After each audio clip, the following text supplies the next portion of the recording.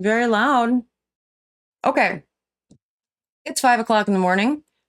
Sun's already up because that's where I live. I'm concerned that the audio is going to be completely borked for this entire thing because I'm using the old Yeti and that's dialed in for Mr. Soap and Clay's settings. Oh, I'm peaking. Anyway, super early in the morning. Computer is already really struggling, having a time.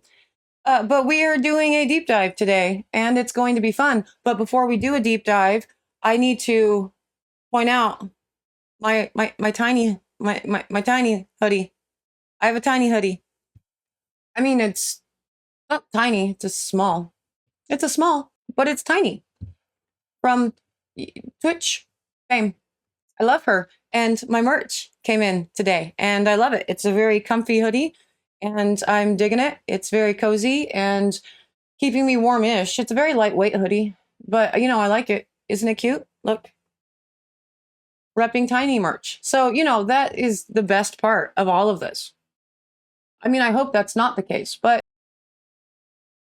calm down. As I said, I am doing a deep dive today, and we're going to see how it goes because it's a big question. It's a big topic. It's a big all of the things. But, you know, since I'm doing the thing and whatever, I have to do my thing before I tell you more about things and send you to the intro, and then I'll tell you more things. But before I do, hello, I am Mrs. Soap and Clay. Let's make stuff.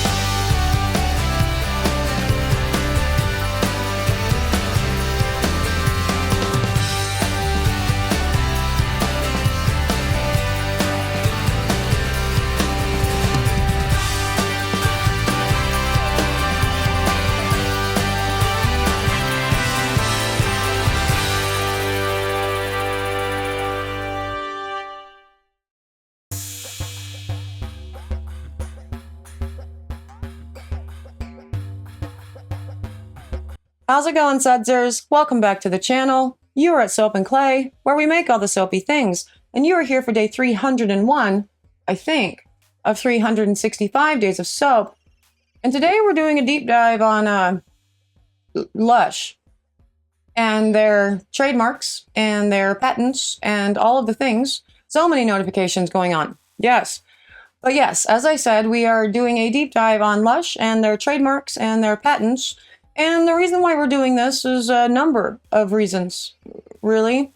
One is I have noticed that people are very, very confused regarding Lush's trademarks and patents and what trademarks and patents even are.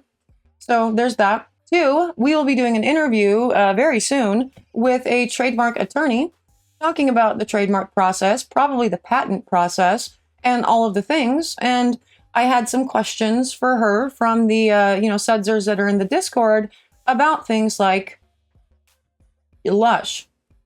And so I started looking into Lush again, who I haven't thought about in several years. And so we're doing it for that reason.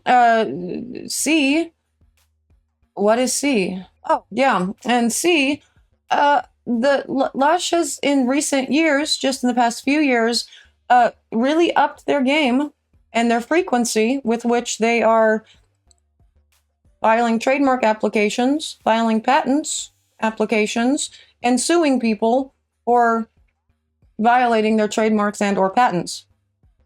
So there's that.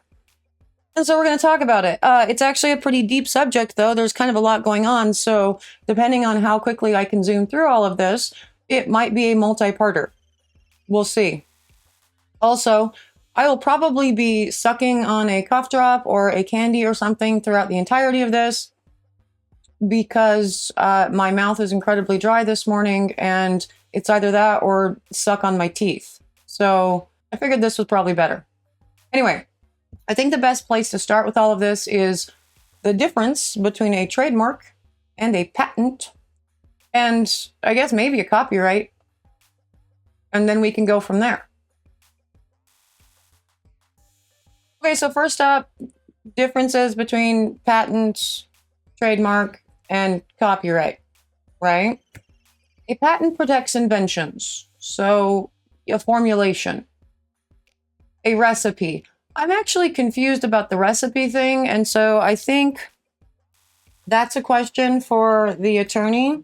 So I'm going to write that down, because I don't know if a recipe, like a soap recipe versus a formulation, and we'll talk about why the formulation can be patented, in a little bit.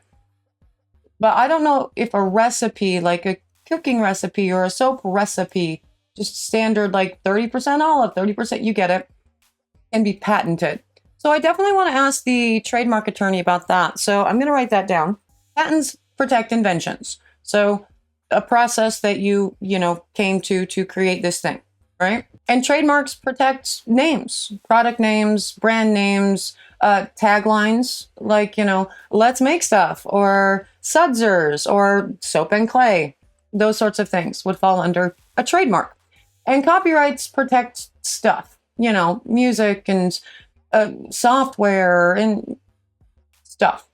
So Lush has all three of those things in various, ways. And not only does Lush have all those things in various ways, they also have a lot of them. And so I think the first place to start would probably be the easiest and talk about trademarks, because there's fewer of them and they're easier to get through. So let's start with the trademarks that Lush has on their product names or business names. You get it. Now, in order to do this, there are a lot of different websites out there that actually compile all trademarks and patents and all of the jazz. The best one is going to be the uspto.gov. Unfortunately, the USPTO is having really interesting issues right now with their servers, and you have to be like old school coding to get all of you remember when we learned Google, when the Google came out in school? And, you had to type in Google searches a specific way. So it's like that. And so if you're not familiar with that, or you're rusty on those skills, actually searching the USPTO is a little bit difficult right now. So we are going to be looking at Justia, as well as some Google patent searches through the Google filing docs. But there are a number of places that you can go to kind of find everything. So first up, again, we're going to be looking at trademarks. So I'm going to do this thing. So trademark assignment and assignee name. Now I am typing in Cosmetic Warrior for this because that is the name of Lush. That is their actual company name. And these are the trademarks that are coming up for them. And you see here we have registration, serial numbers, and the name. Cosmetic Warriors Limited equals Lush. So there's that. And just clicking on this will get you the information. Now you can see right there that that's what this particular trademark is for, where it says Mark Lush. And it's not just the name.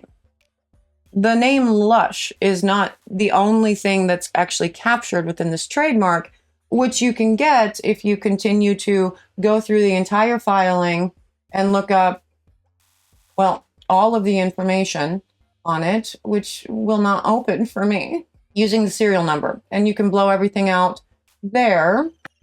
So this is what you would see if you clicked on this serial number here.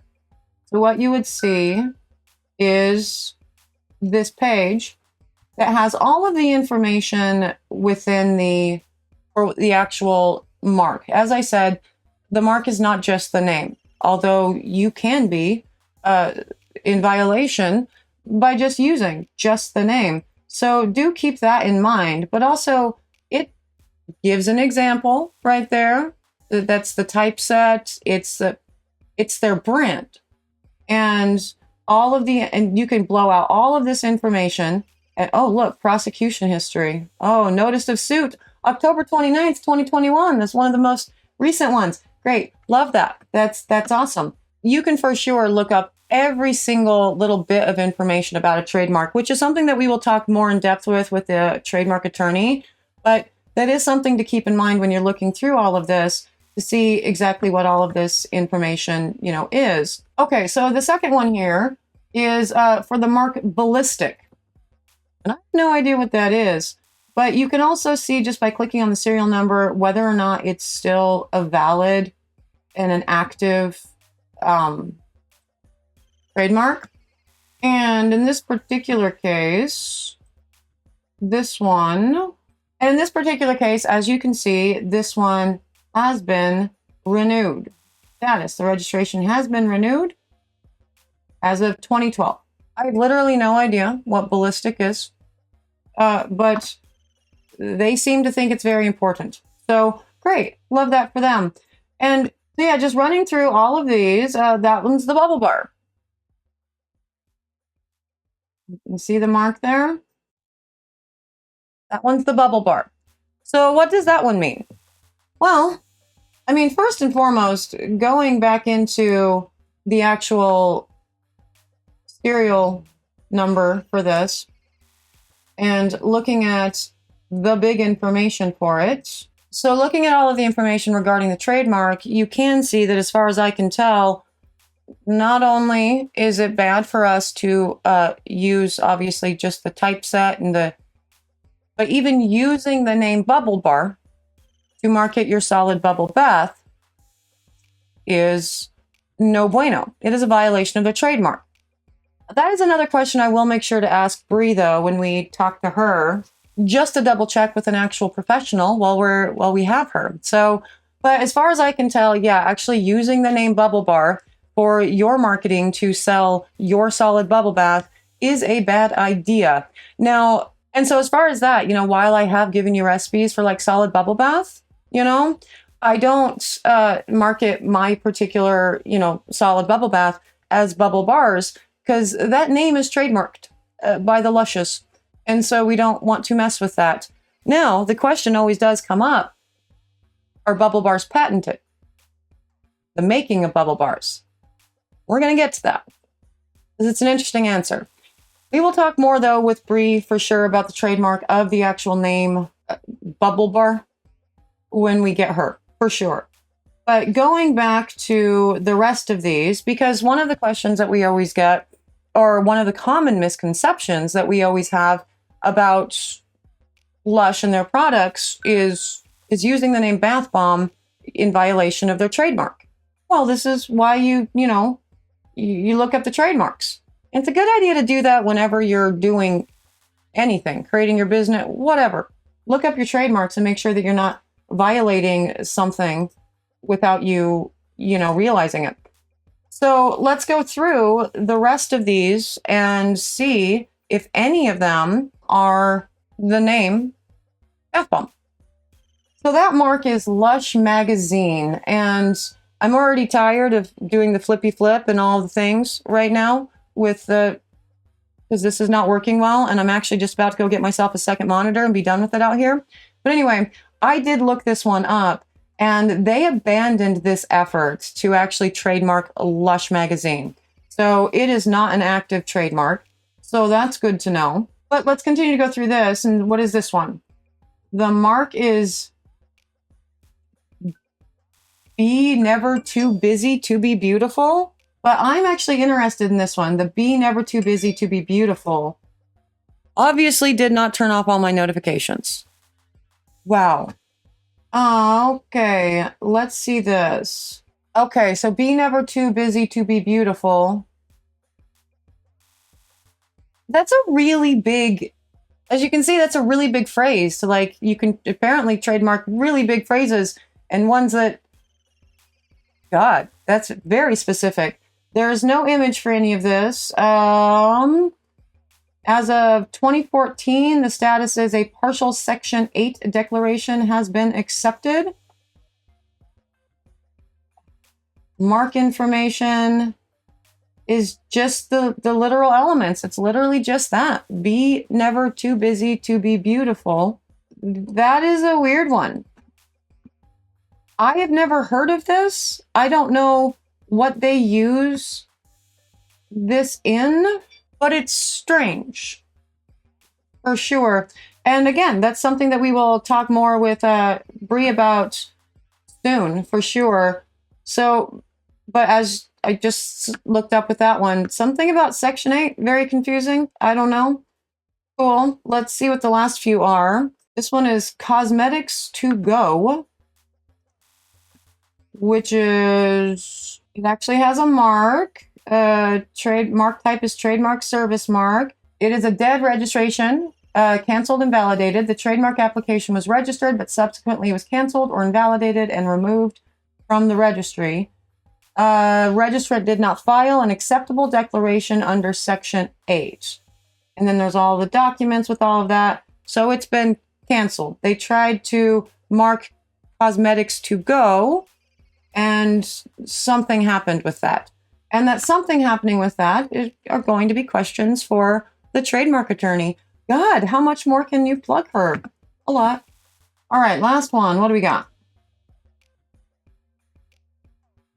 Cosmetic Warriors Limited. And the mark is Botanomancy. Botanomancy. Weird. What's that one? Oh, so this one's new. Okay. So Botanomancy, Section 8 declaration has been accepted as of May 18th, 2021. It is issued and active for Botanomancy. Weird. For the actual bath bomb, and I'll put a screen cap up somewhere to show the status and whatever, they tried. They tried to actually trademark bath bomb and failed. And they tried for a very long time. And there were lots and lots of people that were involved in that whole thing. And I think actually looking into, if you're interested in the whole bath bomb thing, it's a very fascinating case study because lots of people are involved. There are a ton of lawsuits going on. There have been a ton of lawsuits going on, and it like involves them trying to steal the patent of a. It's completely wild. So if you're interested in that, that's a deep dive in and of itself, and it's not for this time. Net, the term bath bomb, not trademarked. You can use that term to sell your bath bombs. But how about a bath bomb patent? The invention of bath bombs. Lush does, in fact, have a patent for bath bombs and bubble bars. And so we are going to, I think, cover those next because those are going to be the two most important things that you guys are probably interested in right now. Although I found some crazy stuff that I really want to go through with you about the patents in general. But now let's move on to the patents and what they have and what they mean and how you can decipher them and figure out whether or not you're in violation of one. Next, just starting out with bubble bars and bath bombs, probably their most contentious.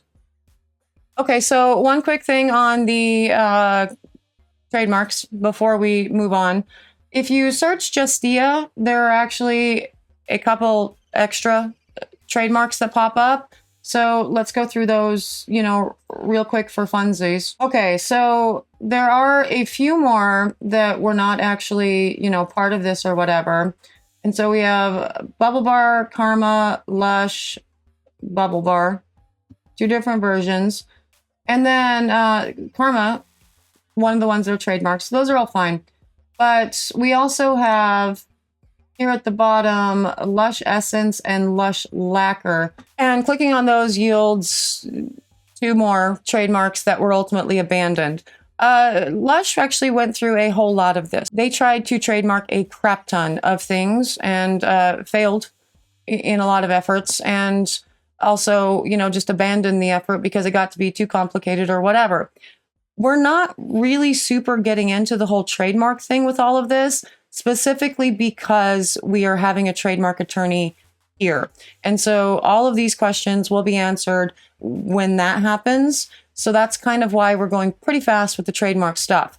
And also, I want to go to the things that really super duper matter for all of us, and that is whether or not we are violating patents, Lush's patents, by doing things like making solid bubble bath or making bath bombs or making solid lotion.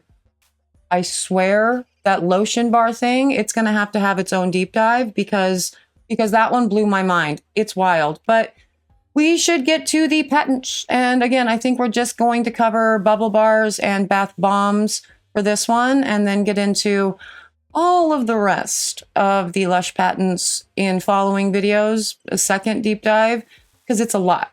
But, let's start with the really fun ones first. So you guys get an idea of how to search these patents and how to read them and to figure out whether or not you're in violation of what you're doing. So I tried really hard to get a second monitor set up with using my iPad, and I failed. And so it was, an hour of my life gone, really. I'm learning so much about OBS, but this is kind of weird. So ultimately what I'm going to end up doing is probably putting in the screenshots of things as I'm talking about them, so you get it. Make sense? Cool. So first up, while we are, of course, going to talk about just the bubble bars and the bath bombs and their patents and kind of break down what they all mean for this, I do just want to show you this, even though I know it looks super weird with this capture. Love it for me. There are 27 total assignments for patents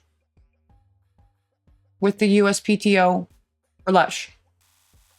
Now, a lot of them are in different stages of process, right? So, and a lot of them have been denied or they've abandoned those efforts too, but there are a lot of them.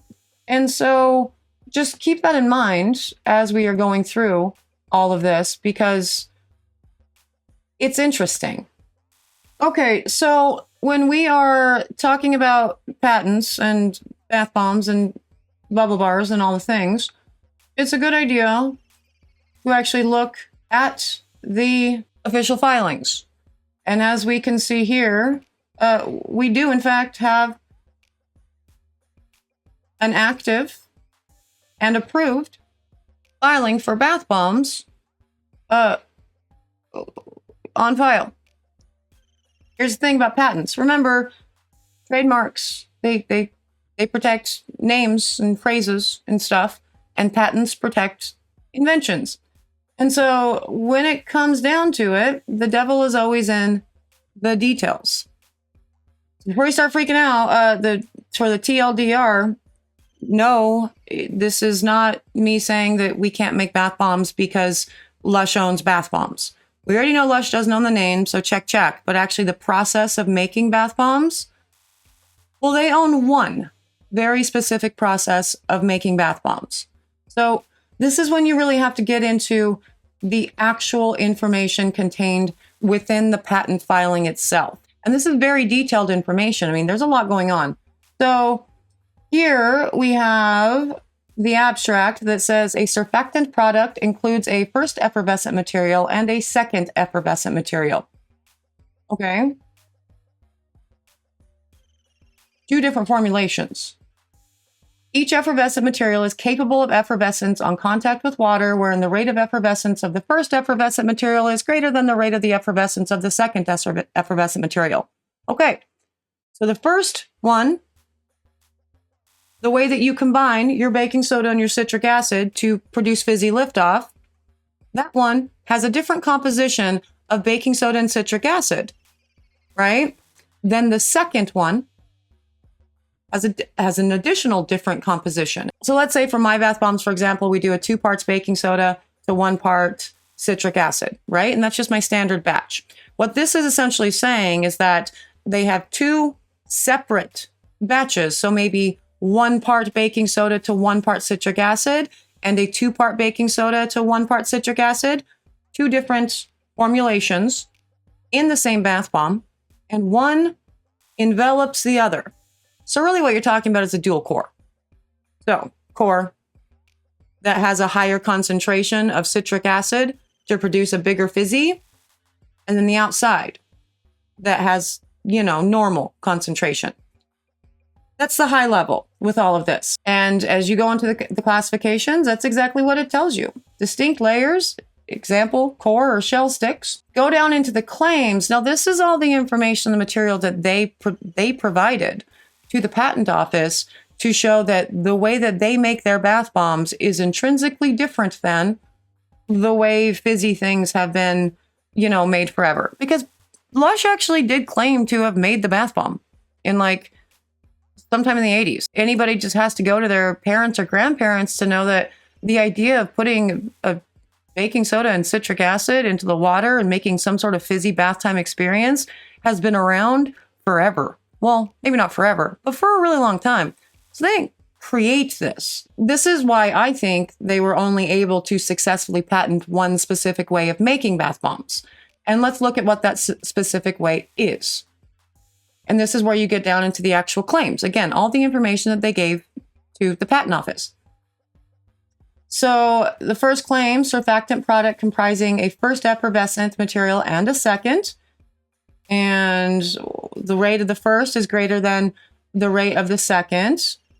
And they are distinct from each other, and at least one of the effervescent materials envelops the other. So again, that's where the dual core comes in.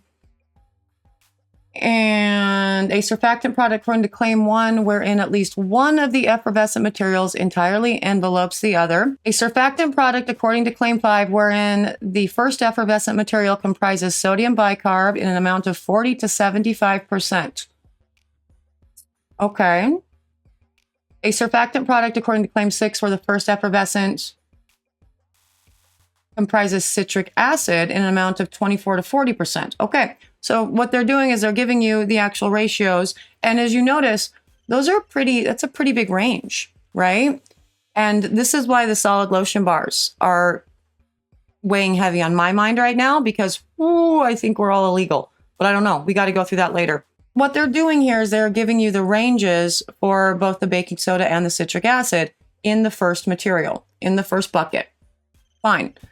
And again, that range is pretty big. So, pay attention. Then we go down to the second effervescent material, a surfactant product according to claim 1, wherein the second effervescent material comprises at least a surfactant, sodium bicarb, citric acid, and cream of tartar. Okay, so ultimately what this says throughout the entire thing, right, is it's two different fizzy liftoff reactions. So therefore, two different ratios of baking soda to citric acid contained within the same bath bomb, one enveloping the other.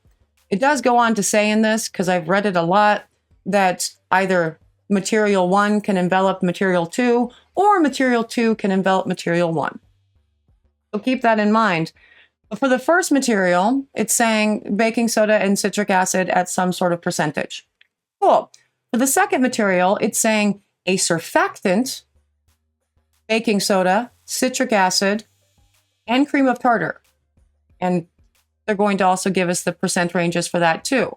So already right off the bat, you're already safe just with the double thing, right? The dual core, because most of us don't do that.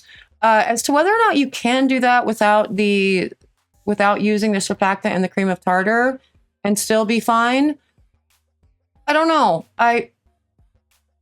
You know what? We'll do a video on that, and I'll give you my thoughts on that later. I have to think. But the second part where we know that we're okay is not only do we not use two different mixtures and, potencies in our bath bombs typically, we're not nearly this specific with the second effervescent containing a surfactant, baking soda, citric acid, and cream of tartar. So that's cool. These are very detailed claims. And then it goes on to talk about the surfactant. So the surfactant in the second material is between 0.5 to 5% of the total batch. Okay.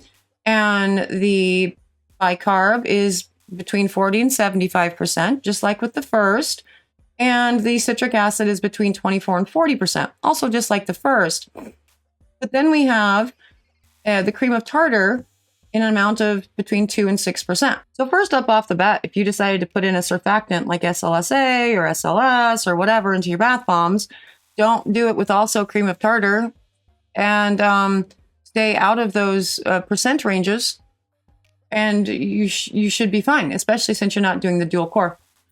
But it's interesting that they are so detailed with this, and that's where you really have to determine whether or not you're actually violating a patent, right? Like, by nature of making a bath bomb, you are not in violation of a patent, because this patent is protecting one very specific way of making a bath bomb.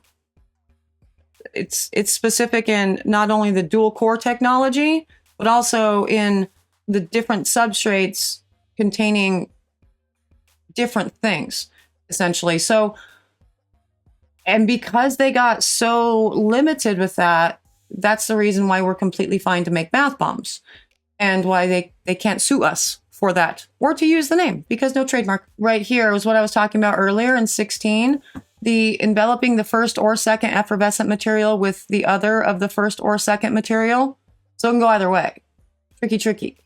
So they're not going to give us the full, like, what way they do it and the exact percentages to create their bath bombs, but they've figured it out and dialed it down to something specific within these percentage ranges. And either the more potent, fizzy liftoff is inside as the core, which would make sense to me, or it's outside. They're not going to tell us, but what they're saying in this patent is either way, you can't do it. You can't do it. You can't do a dual core. And then, when you go on into the description, again, this is very, very detailed. Oh, there it is. There it is. Oh, shit. There's ballistic. Is that what they call their bath bombs? I do love that they put a little trademark thing on this, like they were able to do that. I think they probably had high hopes that would happen, but it didn't. But they were able to trademark ballistic. Ew, what a terrible name. Is that what they call their bath bombs? I have no idea. So, and then this goes on to say, what bath bombs are. That's awesome. And surfactant products and what they do. And shampoo, shower gels, toothpaste. And then they have the summary of the invention, and they continue to go through all of the information on actually creating this invention and why it's super cool and very novel, and nobody's done it before, sir, so please don't let anyone else do it. There's a lawsuit about that right now, actually, for a patent that also exists for bath bombs, and a company is suing Lush for this. Again, that's like its whole video. And then they go and they talk about the essential oils, and they list them all out. My God, that's just all of the oils, the essential oils. At some place in this, they also list out all of the different potential surfactants and all of the jazz. And they're covering bases, or at least they're trying to make it, essentially, I think, to give themselves a case in case they decide they want to sue people for this. And, you have your formula here with your percentage, which is interesting. Here I was saying they weren't going to give a full formulation. And also, notice up above, it says the invention will now be described with reference to the following non-limiting example. Limiting themselves. Like, this is not actually the formulation. That's why we gave you the range. And, don't do your thing. Literally, don't make this. Don't make this. And if you are doing dual core bath bombs, don't advertise it. It's a very big, drawn out process to get something patented. That's wild. But net, at the end of the day for this, does that mean that we are in violation of a patent by making bath bombs?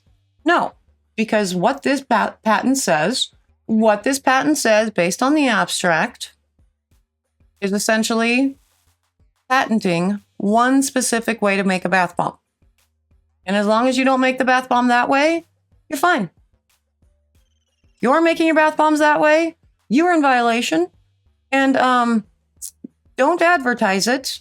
And since I'm here, here, stop doing it.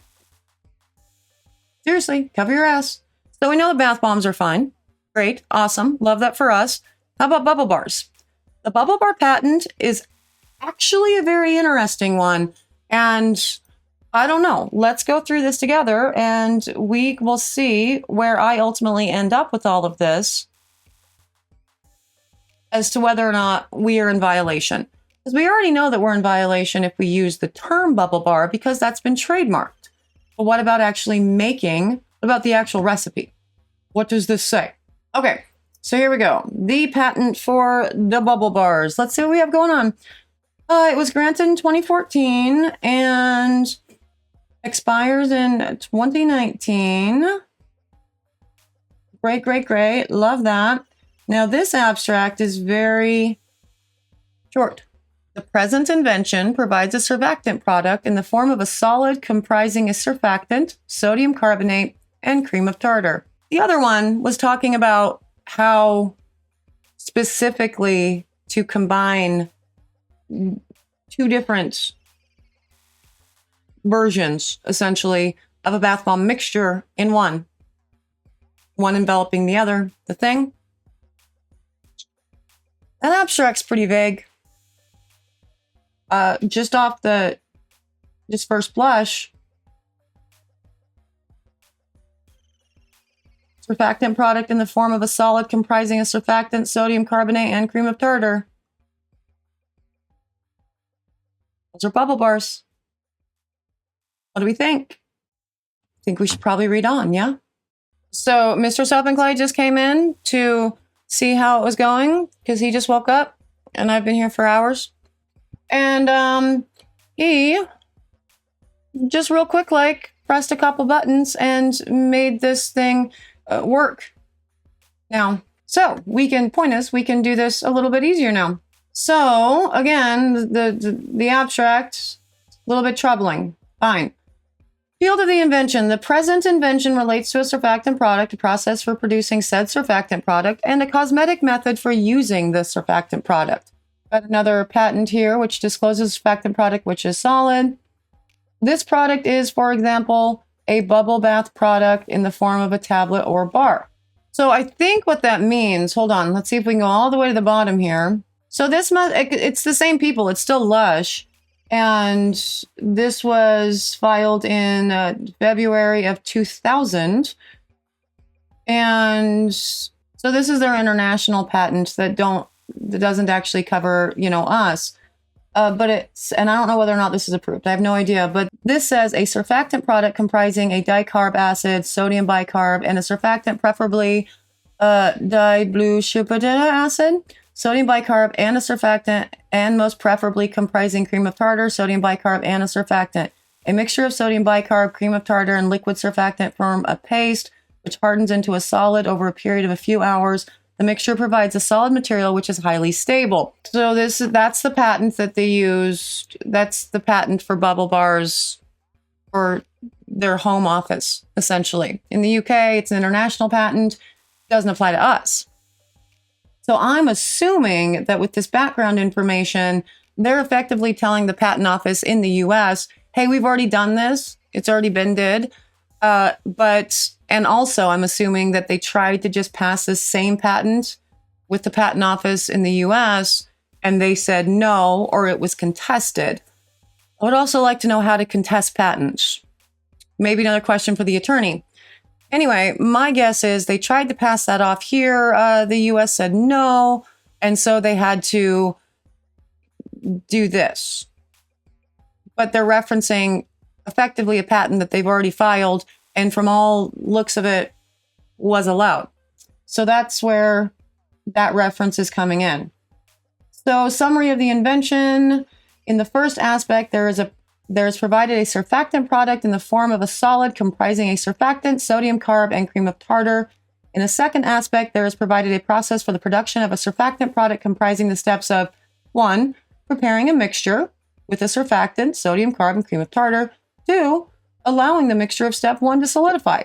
Third aspect, there is provided a cosmetic method comprising contacting the moist skin of a user with the surfactant product of the present invention. All right, so the advantage of what they're doing, replacement of sodium bicarb with sodium carb. Wait, what's the abstract say?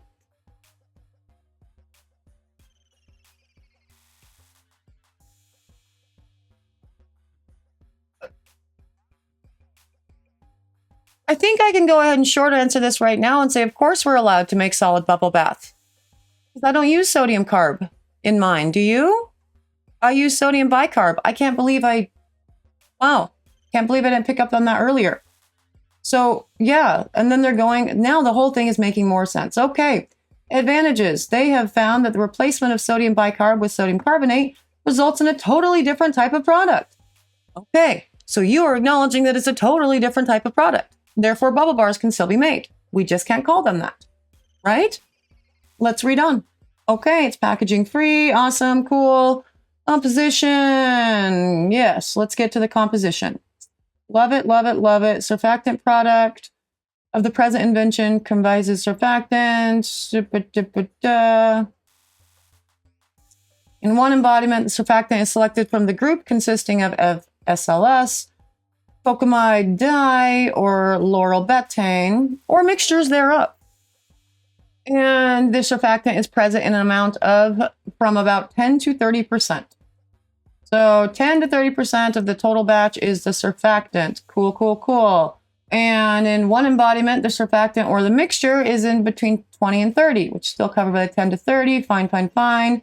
Mixture 22 to 27. Fine, fine, fine. Surfactant of the product provides composition with the ability to bubble bath, shampoo, shower gel, toothpaste, face wash. Okay, so that's the point of all they were saying above. All of these, depending on the ratios of the surfactant and the other stuff you put with it, it can either be a bubble bath, a shampoo, a shower gel, a toothpaste, or a face wash. Feels like they're trying to patent a whole lot with one thing, but fine. Okay, so in this one, then it goes on to sodium carb, present in amount from 35 to 60%, or between, it's all within that same range. Fine. And that's, talks about sodium carb. Again, I don't know how I didn't pick it up initially, but my recipes don't contain sodium carb. They contain bicarb. So therefore, by that, no, it's already a different product. Legal. Let me know what you think. I think legal. And cream of tartar present between 20 and 30%. And I most certainly do not use cream of tartar anywhere near that amount, if at all. Sometimes cream of tartar is unavoidable, but now I want to make a bubble bar recipe with sodium carb. Wonder if it's better. All right, the process. Very easy process. Yes, you mix it up, which also, what else goes into bubble bars? Glycerin, oil, cocoa butter, sometimes poly-80. It's making no mention of a liquid at all. I don't know. Anyway, so great, cool examples. Here we go. The invention will now be described with reference to the following non-limiting example. 45% sodium carb, 28% cream of tartar, 25% surfactant, and then your fragrance. Never going to remember this. Done. All right, so, and then that's it. And so, according to the present invention, the sodium carbonate and the cream of tartar are blended together thoroughly. Surfactant is then added, and the mixture then forms a paste. There's no liquid in this at all. Wow. Wowie wow. All right. So it's giving the invention and the sodium carb and the cream of tartar blended together, blah, blah, blah. Given the process again. And it's giving us the ingredients. And the abstract also gave us the ingredients. And then it ends with various modifications and variations of the present invention will be apparent to those skilled in the art without departing from the scope and spirit of the invention. Okay. although the invention has been described in connection with specific preferred embodiments, it should be understood that the invention as claimed should not be unduly limited to such specific embodiments. Indeed, various modifications of the described modes for carrying out the invention, which are obvious to those skilled in chemistry, biology, or related fields, are intended to be within the scope of the following claims. And then, goes on and cites a whole lot of people who've already been doing something like this, different percentages and whatnot, or maybe adding something that wasn't necessarily in the list, and that's fine. But as far as I'm concerned, because of this right here, the sodium carbonate, yeah, no, I can totally still make my bubble bars. Just can't call them bubble bars. But yeah, what do you think about that? Is that patent making it so we can't do bubble bars? I think no. I think, yeah, again, as long as you're not calling it bubble bars, you can totally make the, solid bubble bath recipes with the recipes that you're currently using, assuming you're using sodium bicarb. That said, I really want to make this one now too. I want to make I just want to see. I want to see if there's a difference. And again, that whole adding the sodium carb and the cream of tartar together and it forms a paste. Oh. I have questions. So yeah, those two patents, while they do exist, as far as I can tell, describe a very specific way of making a bath bomb or a solid bubble bath. And so I think if you're making those and selling those, as long as you're not making them those specific ways, you're fine. I think Lush has, they're upping their game. They have definitely been upping their game in the past few years in relation to the number of patents that they have filed, trademarks that they have filed, and lawsuits that they have filed. They are suing people for using the name Lush. They are suing people for using the name Bubble Bar. They are suing all kinds of people for all kinds of things right now. And they are also being sued for the same things. So it's definitely an interesting time. And so my recommendation with all of that is, continue to pay attention with everything and don't call your solid bubble bath bubble bars and don't make them that way. You can call your bath bombs whatever you want, as long as you don't call them ballistics and you don't use a dual core process effectively. And it's all good. The reason why we're going to have another deep dive of this and just talk about the newer patents or the ones that have been revived is because Lush has gotten kind of smart in their game. And I came across a patent that looks like a freaking solid lotion bar recipe. And the numbers are so vague.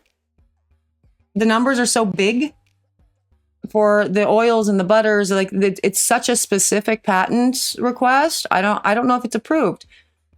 Looking into that it's actually pretty scary. We might not, you might not be able to make them anymore.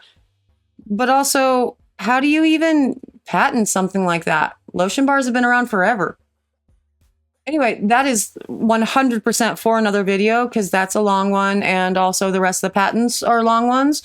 But, this is just the sort of entry into the stuff that, we're talking about now and with Bree and, in future videos talking about patents and stuff because it's interesting and you don't want to ever get caught with, your pants down or whatever they say when it comes to the products that we're making.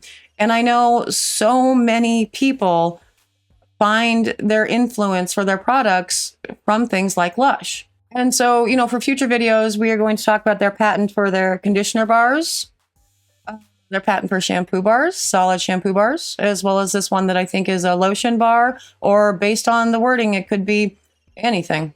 So it's a wild one. And we're going to dive into those and see if any of us are in violation of that. And also, I want to know how to, after reading that one on the solid lotion, I want to ask the attorney when she comes on how to file disputes against pending patents or existing patents or pending trade, all the things, really. So look forward to that for sure. This was fun. This was a lot of fun. I got to play around with a lot of things in OBS and learn with you, although this wasn't a live because I was a little bit nervous about that. And kind of go through the process that I go through to do the deep dives, mostly on camera, I would say. So this was fun. And I hope you guys had fun too, for sure. I think the interview with the attorney will be in the next week or so. I am going to get more information put together and compiled so we can do the second part of this one for sure. And yeah, if you have any questions about Lush and things, drop them in the comments. If you have any questions for the attorney before the event, drop them in the comments too, and I'll make sure to get them to her so she can prepare and be ready to go and all the things. And, you know, if you just want to tell me hi, that's nice too, for sure. But I am going to go because Mr. Soap is laying floors, and he actually just texted me and told me that I have a package that just got delivered. And so I'm going to bring it out here and I'm going to open it up on a live stream, which will happen before this video goes out. So future me is talking about something that happened in the past that I record. Anyway, yes, I'm going to go. All the things. I hope you guys are having an awesome day. Thank you for being here. Special thank you to the Sudsers. You guys are always amazing. Thank you. Thank you. Thank you. Thank you. I'm going to go. I will talk to you guys soon. Bye.